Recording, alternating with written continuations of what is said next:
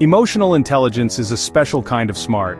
It's not about knowing math or history from a book. Instead, it's really about understanding your own feelings and also about understanding the feelings of other people. This skill is just so important. It helps us make good choices, and it helps us build strong connections with others. Think of it as being heart smart. When you're heart smart, you can handle difficult situations with calm and care. You know what you're feeling, and you know why you're feeling it. This understanding is honestly the first step to a happier and more successful life in everything you do. Why does this matter so much? Well, our emotions guide us every single day. They influence how we react to a problem at work, and they shape how we talk to our family at home. Without emotional intelligence, our feelings can end up controlling us. We might get angry too quickly, or we might feel sad and not know why. This can lead to some pretty big problems, but when we have emotional intelligence, we're in charge. We can listen to our feelings, but we decide how to act. This power helps us build a life that feels good on the inside, not just one that looks good on the outside. It's really the key to personal well-being. Imagine two people facing the same challenge, like a difficult project at work.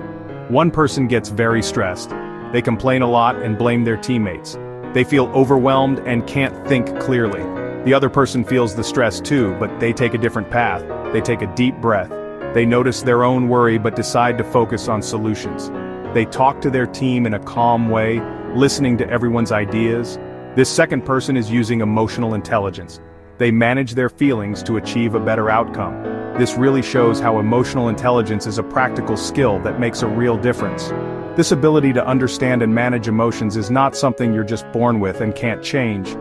It's a set of skills that anyone can learn and improve. It's a bit like learning to ride a bicycle or play a musical instrument. At first it might feel hard or awkward. You might make mistakes. But with practice it becomes easier and more natural. Every day gives us a new chance to practice being more aware, more understanding, and more in control of our emotional world. This journey of growth opens up new possibilities for our relationships, our careers, and our own inner peace. It's a journey worth taking for everyone. The first pillar of emotional intelligence is self-awareness. This is the habit of knowing your own emotions. It means you can notice when you feel happy, sad, angry, or scared. For example, when your boss gives you extra work, you notice that you feel anxious. You don't just feel bad, you can name the feeling as anxiety. You understand what things make you feel this way.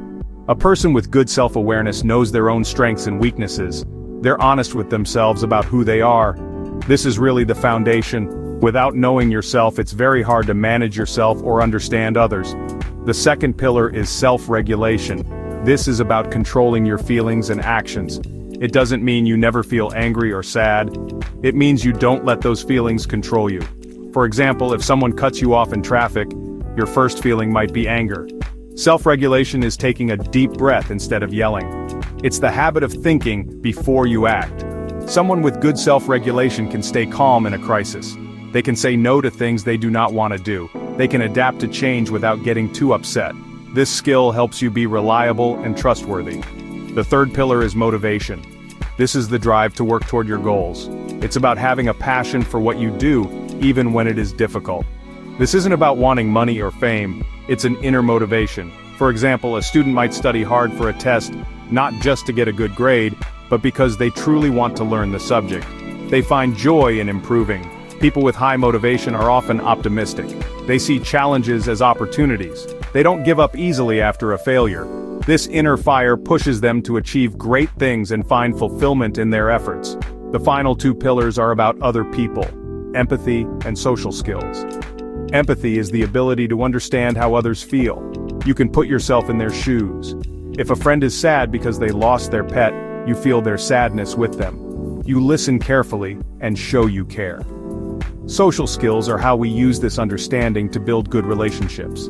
This includes being a good communicator, working well in a team, and resolving conflicts. For example, you use social skills when you give a friend a compliment or help a coworker solve a problem. These skills help us connect with others and build a strong support network.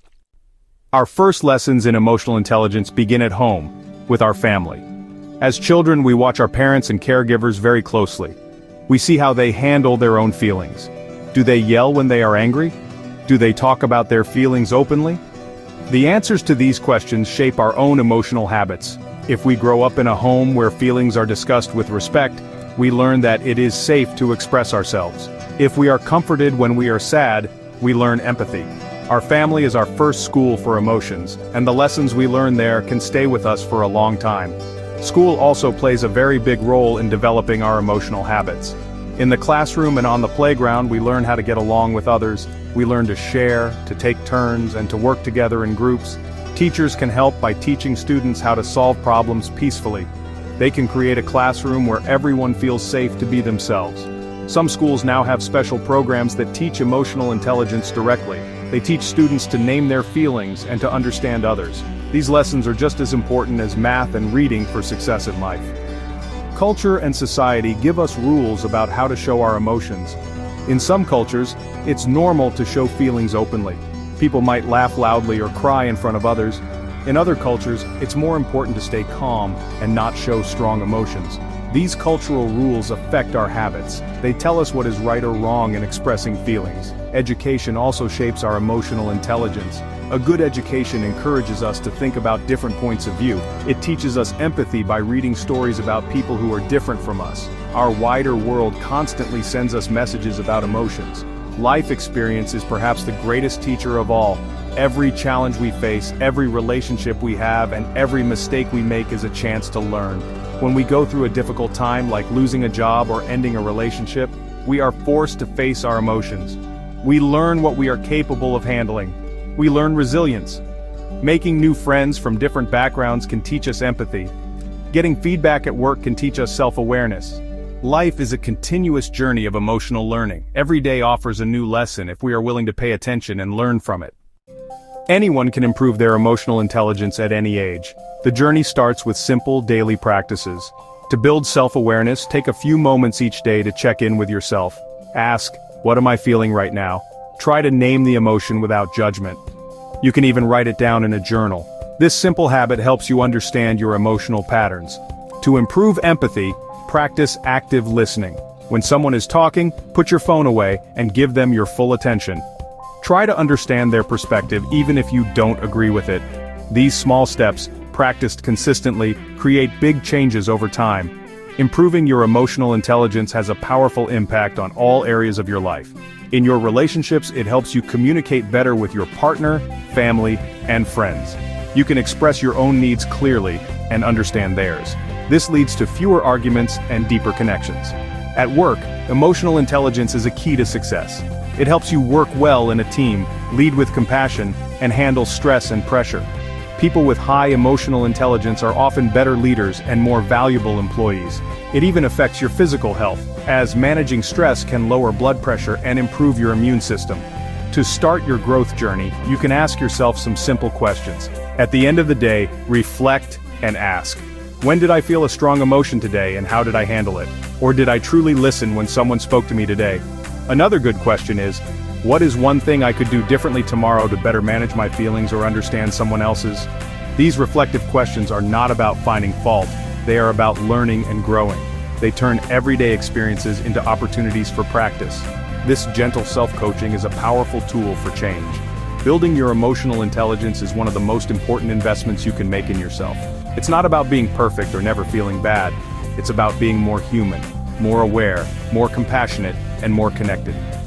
By understanding our own hearts and the hearts of others, we can navigate life with greater wisdom and kindness. This skill helps us build a more meaningful life for ourselves and a better world for everyone around us. The power to grow is within you, and the journey begins with a single, simple step today. It is a path to a richer, fuller life.